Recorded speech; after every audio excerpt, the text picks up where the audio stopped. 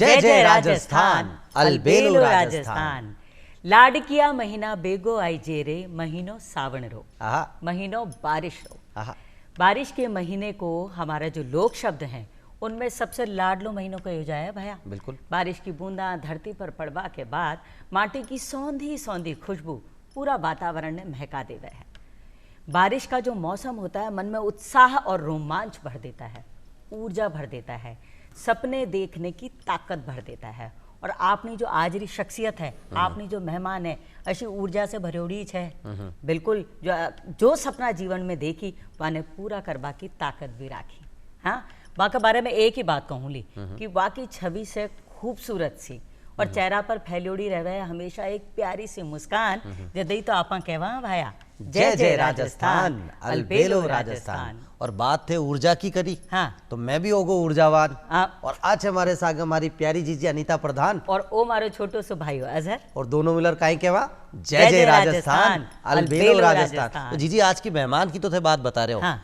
लेकिन 20 पहले मैं भी एक बात बता दूं था ना। कहीं देखो एक बात कही जावे है कि आपनी चाल में, अपना चरित्र में, हाँ। आपनी हर एक बात में राख जो, अपनी चाल में, अपना चरित्र में, अपनी हर एक बात में राख जो।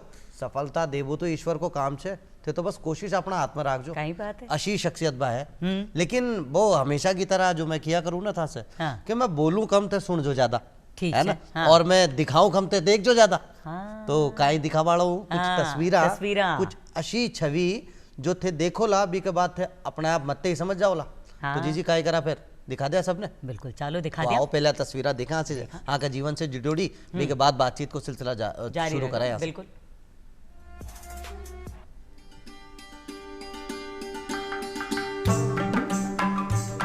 देख लो जीजी, कोशिश अपने हाथ में रखना।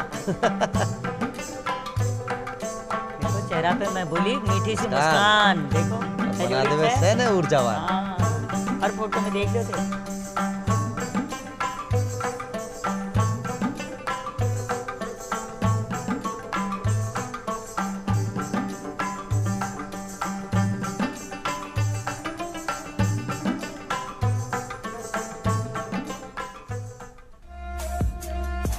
हाँ, तो दर्शकों थे बहुत सारा जना तो समझ गया होला, लेकिन भी का बावजूद देखो बड़ी जिम्मेदारी से माने जिम्मेदारी मिलेड़ी छे, तो माने बतानो पड़ेलो कुछ आज आपकी खास मेहमान बे छे जो अपने आप में जो कहना जिंदगी ने बहुत जिंदा दिली के साथ तो जिया करे ही है।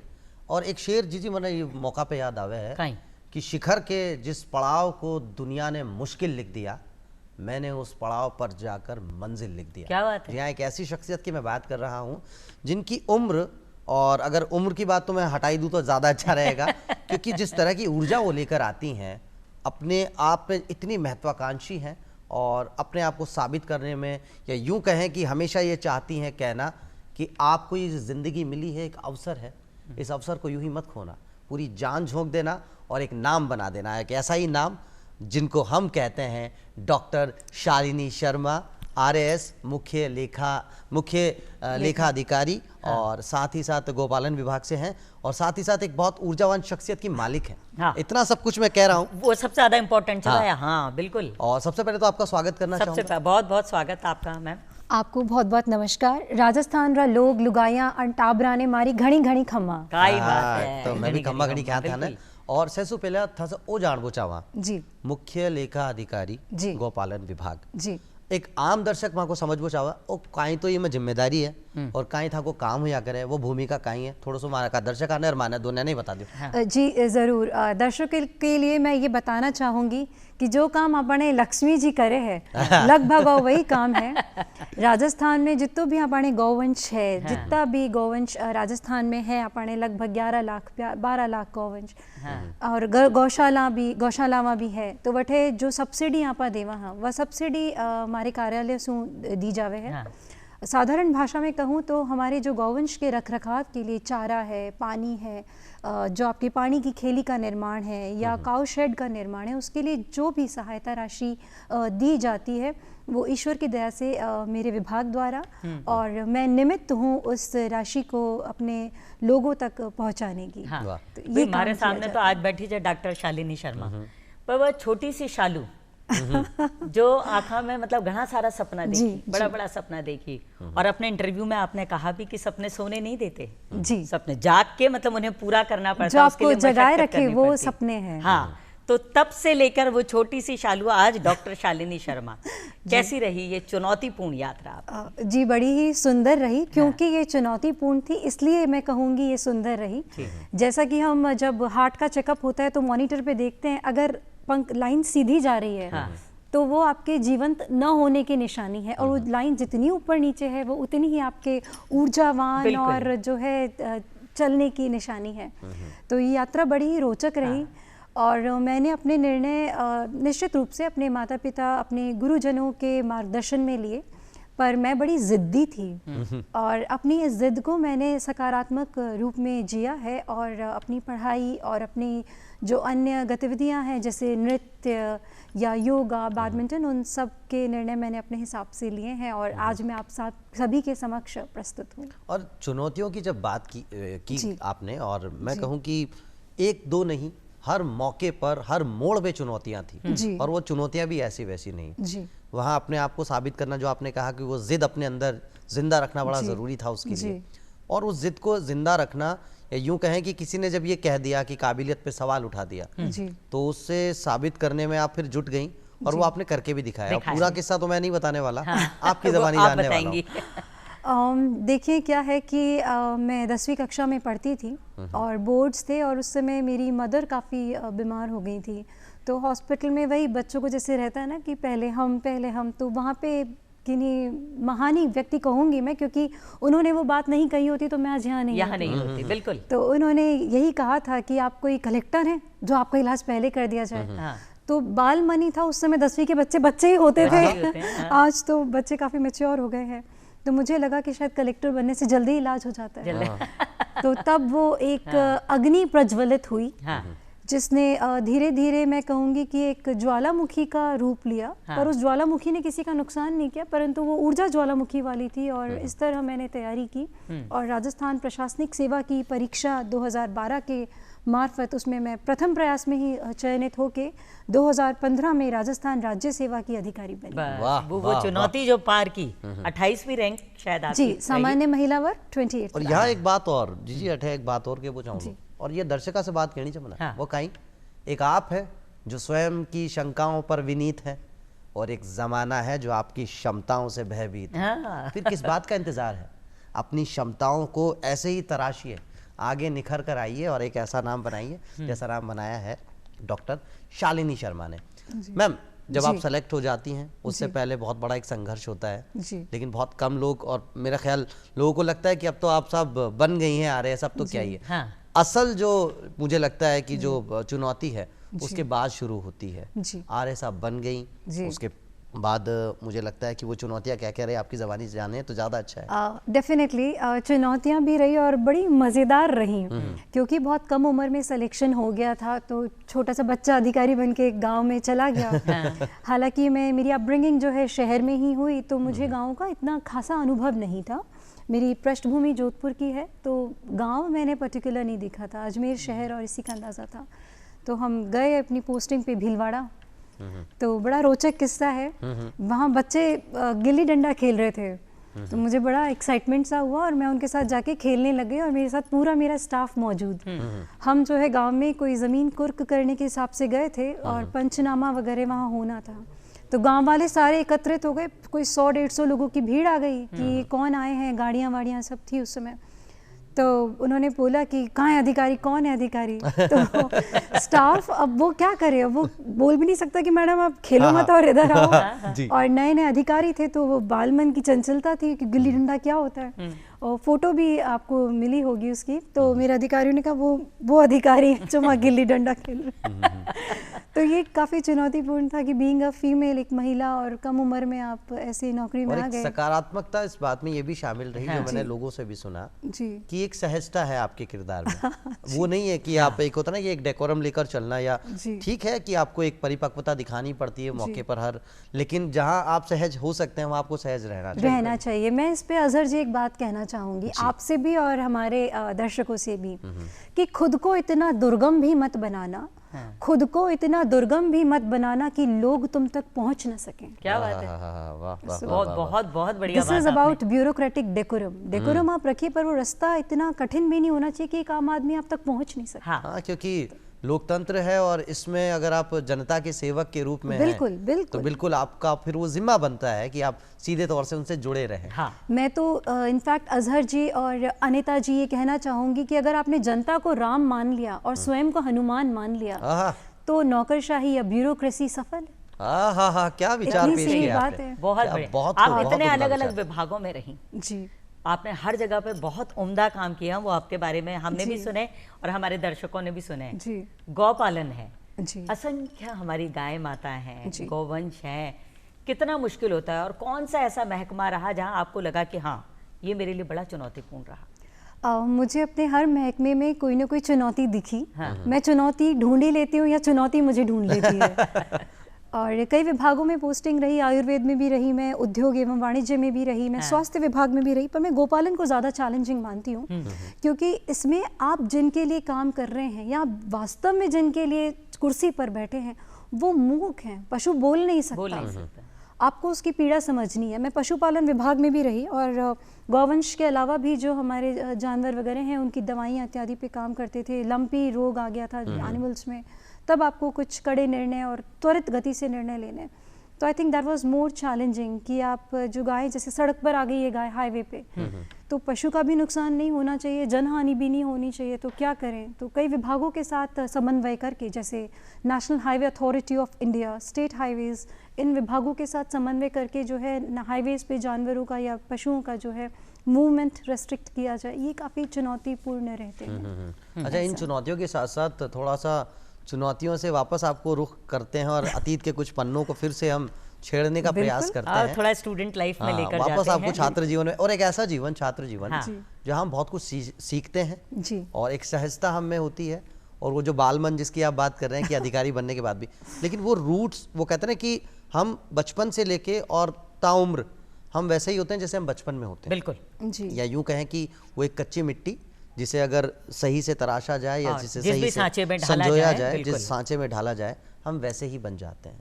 जी। तो यहाँ अगर मैं आपसे कहूँ, स्कूल कॉलेज की अगर मैं आपसे बात करूँ, ऐसे ही आप बेबाक रहीं उस वक्त भी, और यूं ही क्योंकि 10वीं की छात्रा और डॉक्टर साहब से सीधे तौर से भिड़ गई कि पहले आप मेरी मम्मी को देख लीजिए, इनको बुखार ज़्यादा है। हाँ। तो वो इतना कॉन्फिडेंस इतनी कम उम्र में आना, वो इतना मतलब दुर्लभ है ये अपने आप में। तो ये कैसे रहा, क्या वजह रही आपको, क्या लगता है? देखिए, मैं शुरू से ही किताबें पढ़ने की बहुत शौकीन थी। मुझे बहुत शौक था किताबें पढ़ना और इवन अखबार पढ़ना।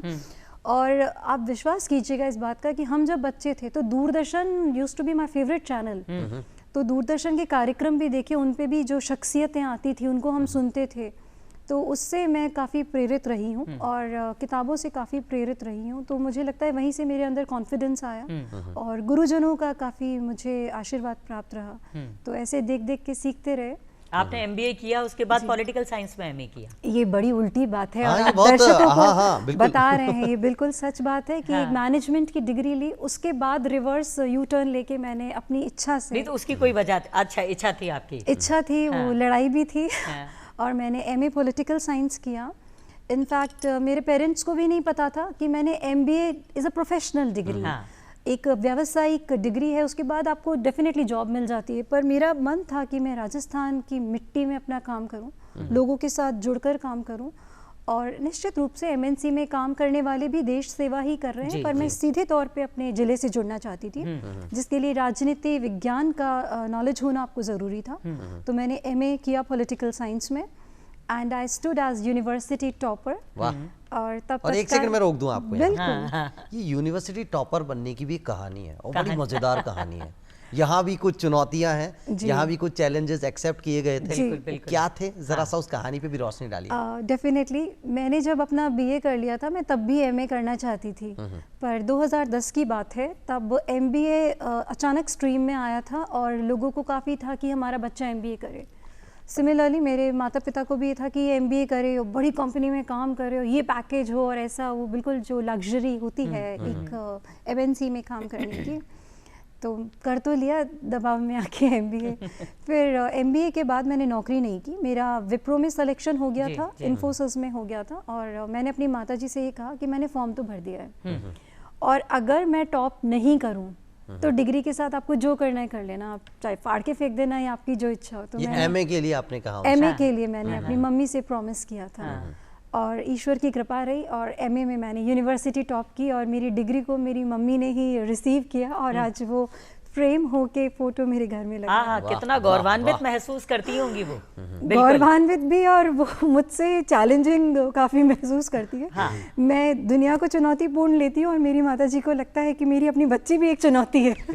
और इस सफर में, ये जिंदगी का जो खूबसूरत सफर चल रहा था, उसमें हम सफर से मुलाकात हुई और पढ़ाई और उसके बीच में कुछ जंग भी हमने सुनी की हुई, उसके बारे में आप क्या कहेंगे? मुझे लगता है आपने जो है मेरे अतीत के सारे पन्ने खोल लिए हैं। और बिल्कुल मैं आरएस की तैयारी कर रही थी उस दौरान और तब अपने हमसफ़र से मेरी मुलाकात हुई और मैं क्या क्या बताऊँ इस बारे में कि वो भी बड़ा चैलेंजिंग था कि इनका जो है ये हरियाणा राज्य से हैं, इनके रूट्स हरियाणा के हैं, मैं राजस्थान की बेटी हूँ, तो वो बड़ा 2 स्टेट्स वाली स्थिति हो गई थी। और जैसा कि होता है कि घर में जो बड़ा बच्चा होता है उसका ये रहता है कि ठीक है सही समय पे जो है शादी कर दी जाए, और वो उनकी जिम्मेदारी थी, मेरी अपनी ज़िद थी जैसा मैंने आपको बताया। तो अगेन मैंने अपने पेरेंट्स को रिक्वेस्ट की कि मैं तैयारी करना चाहती हूँ और अगर मैं सफल हो जाती हूँ तो फिर जो है मैं अपनी मंशा से शादी करूंगी। हर जगह चैलेंज है, देखो लाइफ यहाँ भी चैलेंज है। मैं कह रही हूँ कि चुनौती मुझे ढूंढ लेती है या मैं चुनौती को ढूंढ लेती हूँ। तो again I would like to say कि ईश्वर की दया रही, मैंने अपनी तैयारी के साथ साथ अपने लिए अपने हमसफ़र को चुना और आप देख रहे हैं कि वर्तमान में 2 स्टेट्स हरियाणा और राजस्थान का जो है एक संगम आपके सामने प्रस्तुत है। वो ये कहाँ संगम, posted है? एक सेकंड मैं थोड़ा सा मैं एक बात कह दूं, वो बहुत जरूरी है।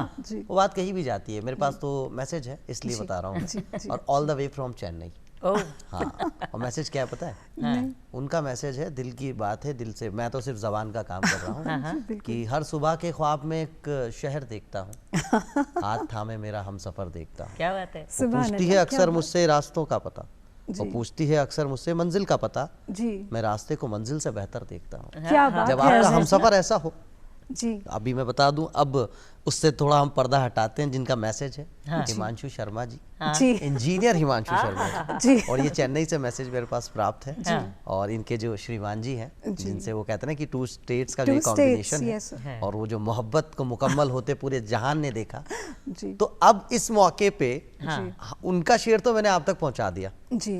आपके भी दिल में कोई बात है जो उन तक आप पहुंचाना चाहती हैं? हाँ बिल्कुल, ये भाया जोर की बात कही, कोई गाना हो, कोई ऐसा गीत के माध्यम से, क्योंकि देखिए हिमांशु जी को ढूंढते हुए 2 ब्यूरोक्रेट्स की बातचीत जो है वो अब हम थोड़ा सा कहते हैं कि शिक्षा, सूचना, मनोरंजन जो ये दूरदर्शन है, तो कोई ऐसा कोई गीत आपको याद आता है इसमें? और वो उसी जमाने का ओके।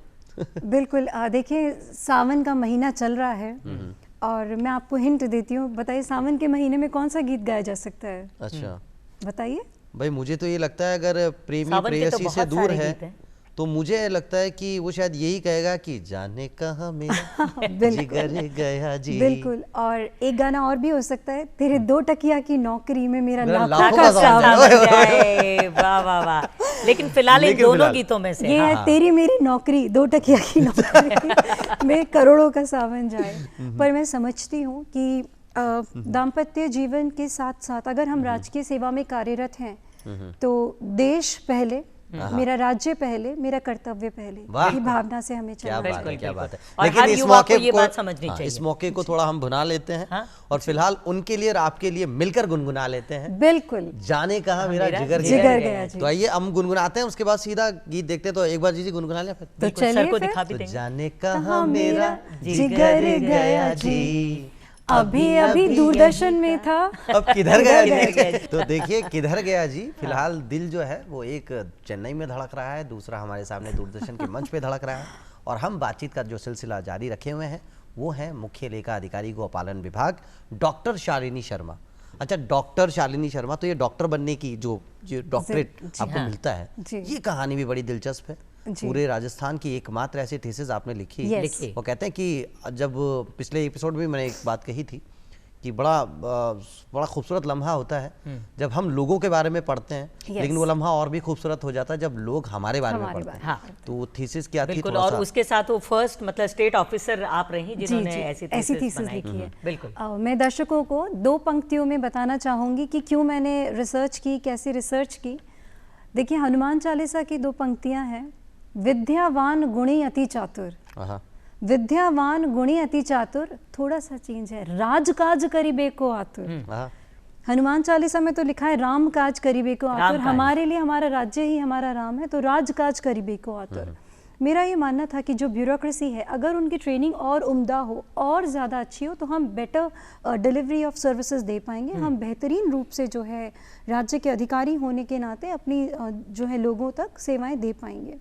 तो मैंने OTS जो है हमारा officers training institute of Rajasthan, HCM RIPA, उसमें जिन ऑफिसर्स की ट्रेनिंग होती है उस पर मैंने स्टडी किया और मैंने दूसरे राज्यों से भी अपने रिसर्च की कंपैरिजन की और लगभग आप देखिए 3 से 4 साल की पढ़ाई जो रिसर्च की मैंने की वो थीसिस सबमिट हुई माननीय ऑनरेबल गवर्नर साहब को, and it is first ever research thesis produced by State Service Officer to the Government of Rajasthan। वाह वाह वाह। और रिसर्च थीसिस को माननीय गवर्नर साहब ने भी, ऑनरेबल गवर्नर सर ने भी काफ़ी अप्रिशिएट किया और जो आउटकम्स थे रिसर्च के, जो नतीजे थे, उनको वर्तमान में भी OTS में जो है लागू किया जा रहा है। जी जी, बहुत बहुत बढ़िया।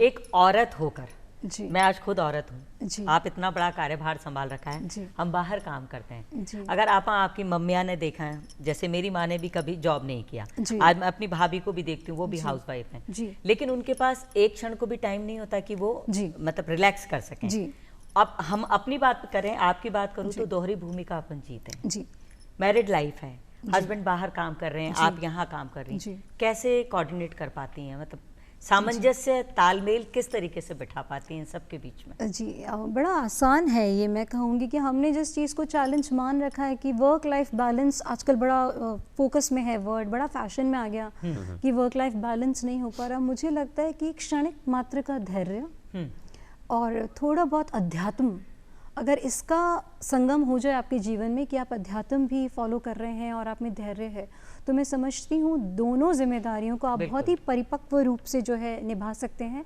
इसमें भी मैं रामायण की एक चौपाई अपने दर्शकों को, आपके दर्शकों को, मेरे दर्शकों को, आपके भी दर्शक हैं, बिल्कुल बताना चाहूँगी कि जापे कृपा राम की होई, जापे कृपा राम की होई, तापे कृपा करहूँ सब कोई।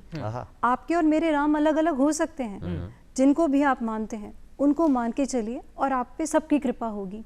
इसकी दूसरी पंक्ति ये है कि जाके कपट दंभ नहीं माया, मन में छल कपट नहीं होना चाहिए, दंभ अहंकार नहीं होना चाहिए। जाके कपट दंभ नहीं माया, ताके हृदय बसहु रघुराया। वाह वाह वाह वाह। तो मैं काफ़ी स्पिरिचुअल भी हूँ, आध्यात्मिक भी हूँ, तो मुझे लगता है कि मुझे ये पंक्तियाँ बहुत प्रेरित करती है कि आप साफ मन से जो कार्य करेंगे, जो रिश्ते निभाएंगे, चाहे जनता से हैं चाहे आपके पारिवारिक हैं, तो मैं समझती हूँ एक अच्छा तालमेल आ जाएगा। बिल्कुल। इसके साथ ही अनिता जी, अजहर जी, योग एक काफ़ी अच्छा स्ट्रेस बस्टर है। मैं नित्य रूप से जो है योग प्रैक्टिस करती हूँ, योग करती हूँ, और मेरे गुरुजी हैं श्रीमान राहुल जी, जिन्होंने 3000 से भी ज़्यादा महिलाओं को एक साथ जो है योगा ट्रेनिंग दी है। तो योग और आपकी कोई अगर हॉबी है उसको, उसके लिए आप थोड़ा समय निकाल दीजिए। बिल्कुल बिल्कुल।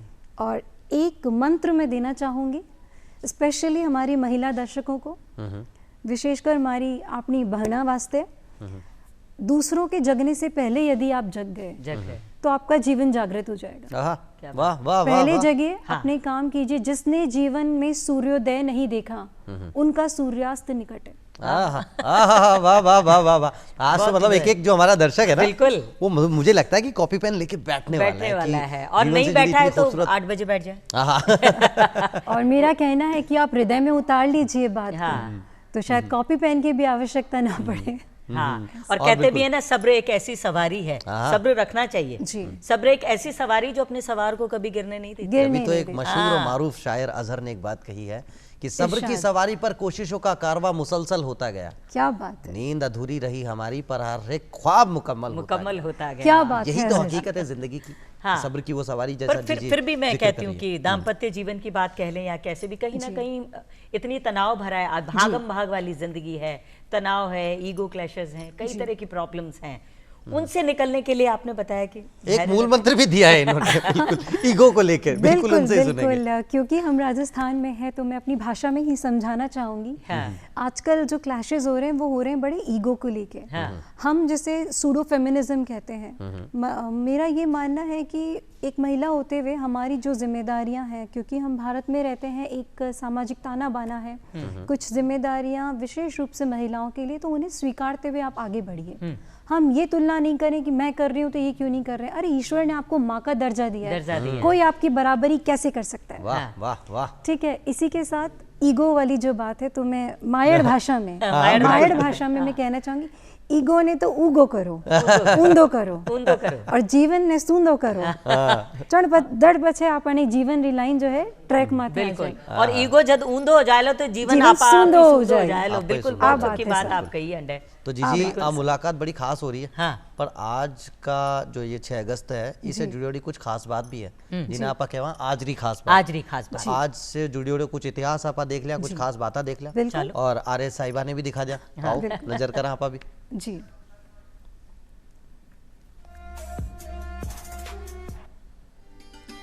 स्वतंत्रता सेनानी तथा गुजरात और मध्य प्रदेश के भूतपूर्व राज्यपाल के.एम. चांडी का जन्म 1921 को हुआ था। ये 6 अगस्त से जुड़ा इतिहास है। बिल्कुल। भारत के 5वें लोकसभा अध्यक्ष गुरदयाल सिंह ढिल्लों का जन्म 6 अगस्त 1915 को हुआ था। तो अलबेलो राजस्थान के माध्यम से इनको मंच से हम बधाइयाँ। और भारतीय क्रिकेटर ए.जी. कृपाल सिंह का जन्म भी 1933 को हुआ था। ये कुछ ऐसी विभूतियां जो 6 अगस्त को जन्मी हैं, उनकी हम अभी यहाँ जिक्र कर रहे हैं। भारत के प्रसिद्ध पर्यावरण कार्यकर्ता राजेंद्र सिंह का जन्म 1959 को हुआ था। 6 अगस्त से जुड़ा इतिहास है। और ये इतिहास हमें क्या बताता है कि मद्रास उच्च न्यायालय की स्थापना भी 1862 में 6 अगस्त को ही की गई थी। तो बड़ी खास तारीख है। अमेरिका ने 1945 में जापान के हिरोशिमा शहर पर परमाणु बम गिराए थे, आज ही के दिन। 6 अगस्त से जुड़ा कुछ त्रासदियां भी हैं, हाँ, तो इतिहास हमें बताता है। और भारत में पहले टेस्ट ट्यूब बच्चे का जन्म 1986 में 6 अगस्त के दिन ही हुआ था। साइंस का एक ऐसा नवाचार जिसके चलते ये सब संभव हो पाया। और साथ ही साथ बिल्कुल 6 अगस्त एक ऐसी तारीख है, 6 अगस्त 2019 एक ऐसी विभूति मैं कहना चाहूँगा जो भारतीय एक महिला होने के नाते, और जब विदेशों में जो छात्र फंस जाते थे या उन्हें किसी तरह की दुश्वारी पेश आती, ये देखो है भी भारतीय नारी शक्ति की प्रतीक एवं पूर्व विदेश मंत्री स्वर्गीय सुषमा स्वराज जी की पुण्यतिथि पर उन्हें हम अलबेलो राजस्थान के मंच से भी भावभीनी श्रद्धांजलि अर्पित करते हैं। बिल्कुल। और उन्होंने साबित किया कि राजनीति का असली अर्थ है हर जरूरतमंद तक पहुंचना, बिल्कुल बिना भेदभाव के मदद करना।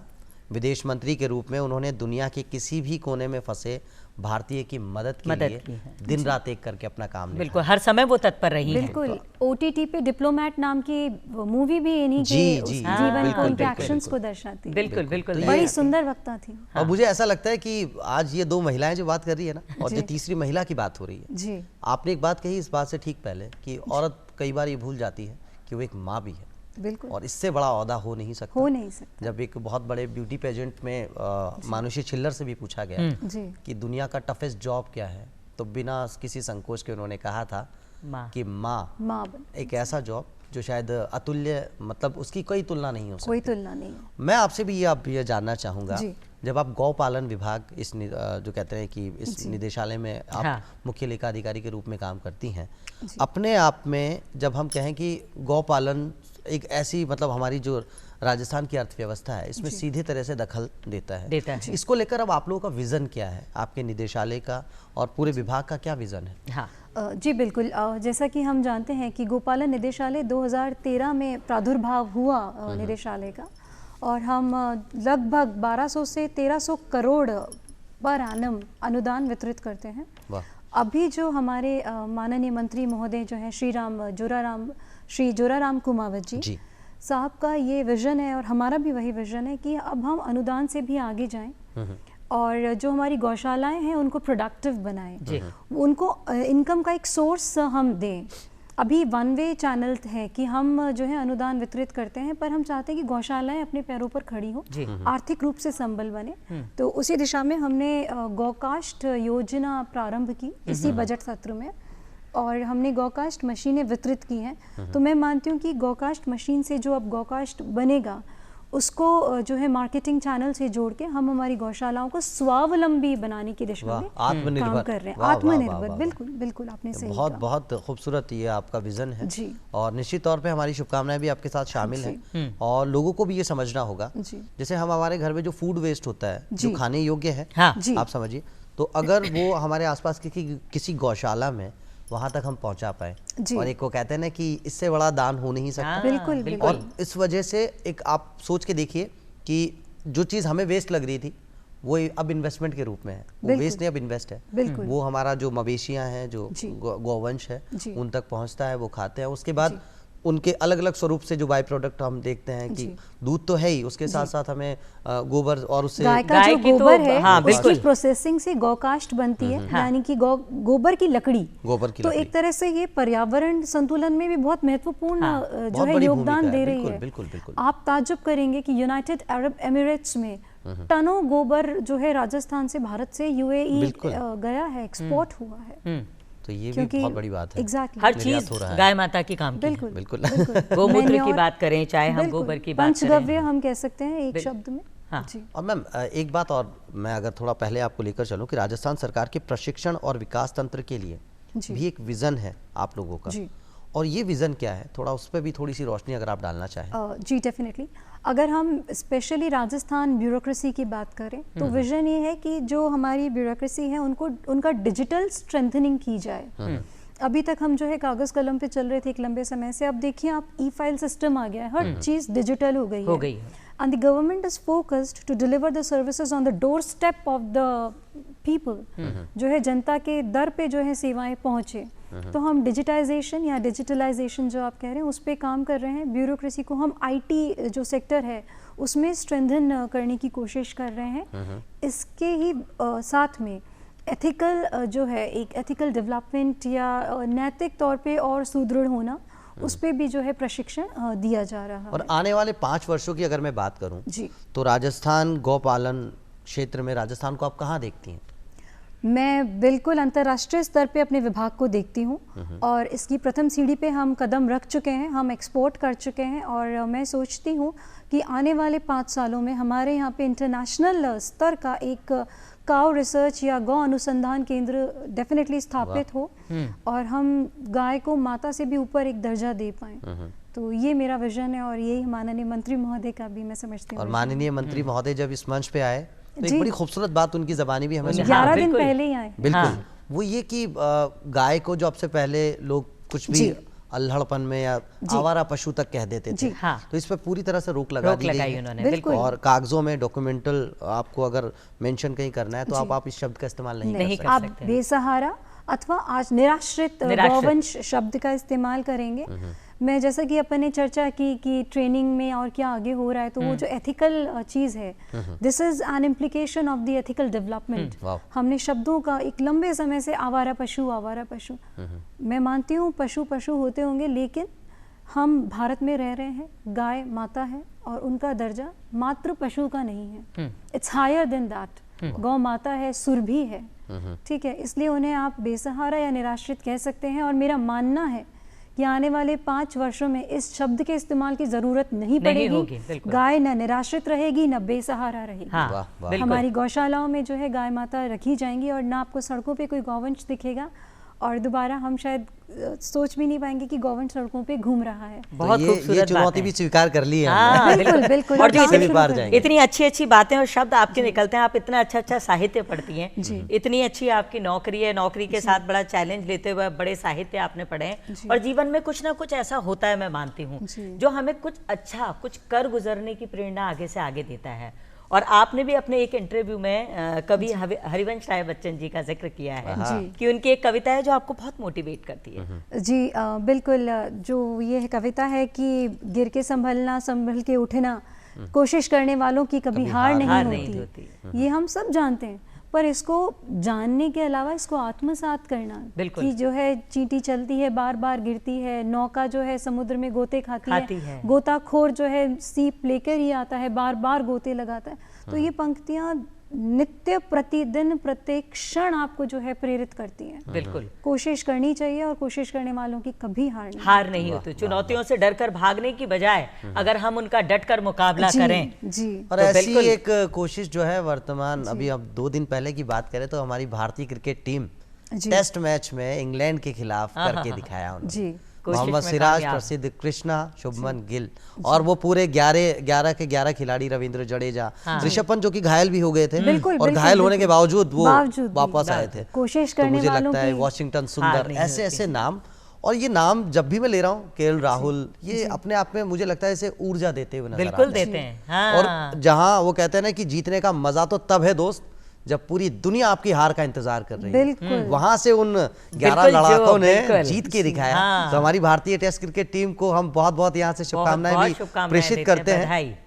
और सही बात यह है कि उनकी इस ऊर्जा को अपने जीवन में उतारने का प्रयास करते हैं। बिल्कुल अजहर जी, आपने सही और फिर कहा। सबको बोलेंगे लहरों से डरकर नैया नौका पार नहीं होती, कोशिश और करने वालों की कभी हार हार नहीं होती। और एक ऐसी कोशिश करने वाली हमारे सामने है जिनके लिए मैंने भी ये कहा कि तुम बस कोशिश अपने हाथ में रखना, जो मैंने शेर भी पढ़ा आपके सामने। तो मैं अब आपसे ये जानना चाहूंगा, कोशिशों का कारवां तो मुसलसल चलता रहा है, बिल्कुल, और कोशिशों के कारवां वो आपने बताया ना कि ईसीजी मशीन है जिंदगी, बिल्कुल ऊपर नीचे उतार चढ़ाव है, तब तक बहुत अच्छा है। जीवंत होने की निशानी, चुनौतियां तो हैं ही, जीवंत होने की निशानी में एक निशानी जो भीलवाड़ा से आती है जी। अब वो क्या किस्सा है मैं कुछ नहीं बताने वाला, आपकी जबानी जानेंगे। बहुत इंटरेस्टिंग है जी। वो जो अधिकारी कौन है वाला किस्सा है जिसके ऊपर ने चर्चा की थी।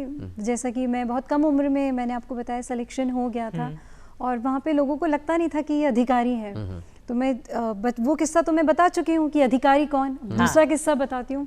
मेरे सीनियर थे श्रीमान Gupta ji, he was chairman PLDB, तो सेक्रेटरी PLDB। तो उन्होंने मुझे ये बोला कि भाई आप बहुत मृदुभाषी हैं, बहुत धीरे बोलती हैं, आपको गुस्सा करना नहीं आता, आपको तेज़ बोलना नहीं आता, जहाँ पे थोड़ा डेकोरम डिस्टर्ब हो रहा है या लॉ एंड ऑर्डर वाली सिचुएशन आ रही है, वहाँ थोड़ा आपको कड़ा रुख इख्तियार करना पड़ता है, जैसा राम जी ने किया था जब समुद्र उनको रास्ता नहीं दे रहे थे। भाई बिन प्रीत न होए गुसाई। अब भय करना तो भयभीत करना मुझे आता नहीं था। तो मेरे सीनियर ने मुझे ऐसा कहा कि आप तो गाड़ी में बैठे रहना और बस ऐसे ऐसे करके देखते रहना और हम बाहर बोलेंगे मैडम गाड़ी में बैठे, बाहर आ गए तो फिर हमको नहीं पता है क्या होगा। वाह वाह वाह। तो वो ये किस्सा है कि मुझे शुरू में जब मैं ट्रेनिंग पीरियड में थी तो मुझे गाड़ी में रखते थे। आपको देखकर तो कोई डर नहीं सकता, तो आपके नाम से डराया गया।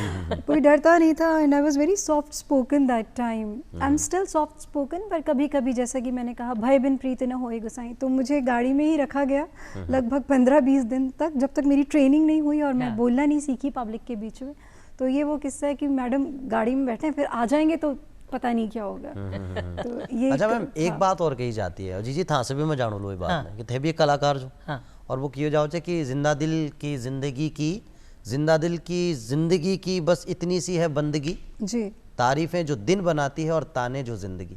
बिल्कुल, जो तारीफें हैं आपकी, ये आपको एक लम्हा जरूर आपका अच्छा सेट कर देती है, लेकिन जो ताने हैं जो आपने जवाब दिया है दुनिया को, और जी बिल्कुल सही कह रहा हूँ मैं, बिल्कुल, कि अगर आपको कहते हैं ना कई बार आपको आपसे रूबरू कराने के लिए ये ताने बहुत कारगर होते हैं, ये आपने करके भी दिखाया। बिल्कुल। तो यहाँ मैं आपसे जानना चाहूँगा, अपने आप को मानसिक रूप से इतना सुदृढ़ रखने के लिए, या यूँ कहूँ कि ये मुझे करना है, ये कर गुजरना है जी, ये विश्वास अपने आप में जिंदा रखने के लिए कैसे अपने आप को इतना मानसिक रूप से स्वस्थ आप रख पाती हैं, इतना मजबूत कैसे रख पाती हैं? जी मैं ये जो बात बताने जा रही हूँ वो मेरा मैसेज है हमारे यंग व्यूअर्स को। आप इंस्टाग्राम देखते हैं, आप फेसबुक देखते हैं, आप दिन में 10 बार शायद अपना फ़ोन स्क्रॉल करते हैं, आपने कितनी बार आईना देख के खुद से रूबरू हुए? वाह।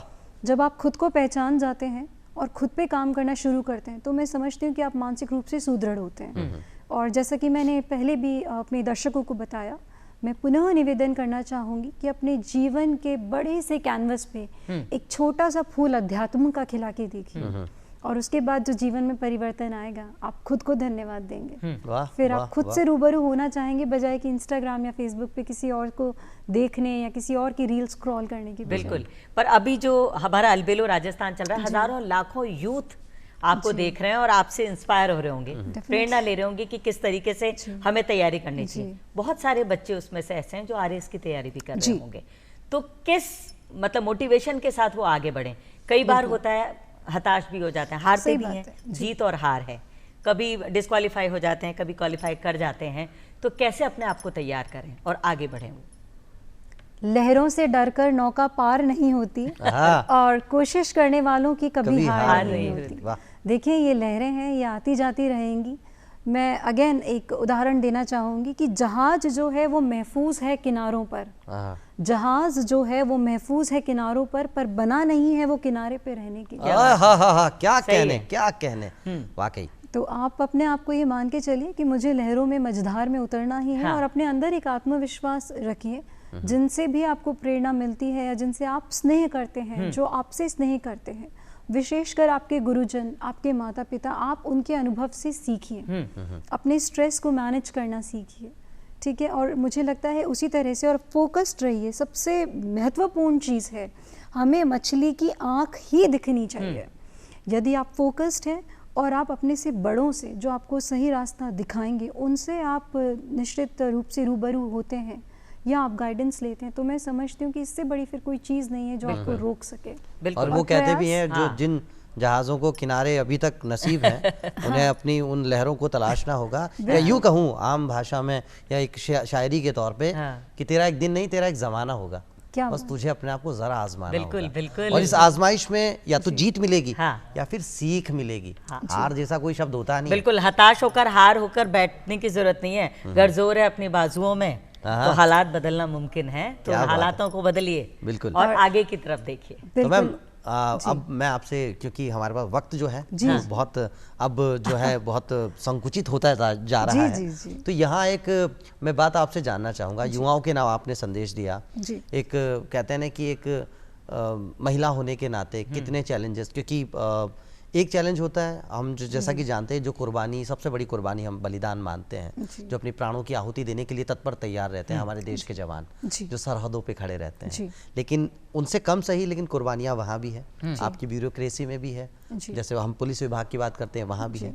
आपके यहाँ जब वो कुर्बानी हम देखते हैं कि एक इतनी अच्छी पढ़ने लिखने के बाद में, अपना एक मकाम हासिल करने के बाद में, तब भी वो 2 स्टेट्स वाली जो लव स्टोरी है, उसे आज भी 2 स्टेट्स में ही रहना पड़ रहा है, लेकिन नेशन फर्स्ट, कैरेक्टर मस्ट, वो एक दिमाग में पूरा विजन है। जी। तो आप जैसी ही जो महिलाएं हैं, जो अभी वर्तमान में कार्यरत हैं, और उनके लिए आप क्या कहना चाहेंगी? क्योंकि ट्रेनिंग में तो आप बहुत कुछ बयां कर चुकी हैं। राजकाज करबे को आतुर। हाँ, राज इस मंच से क्या कहना चाहेंगी?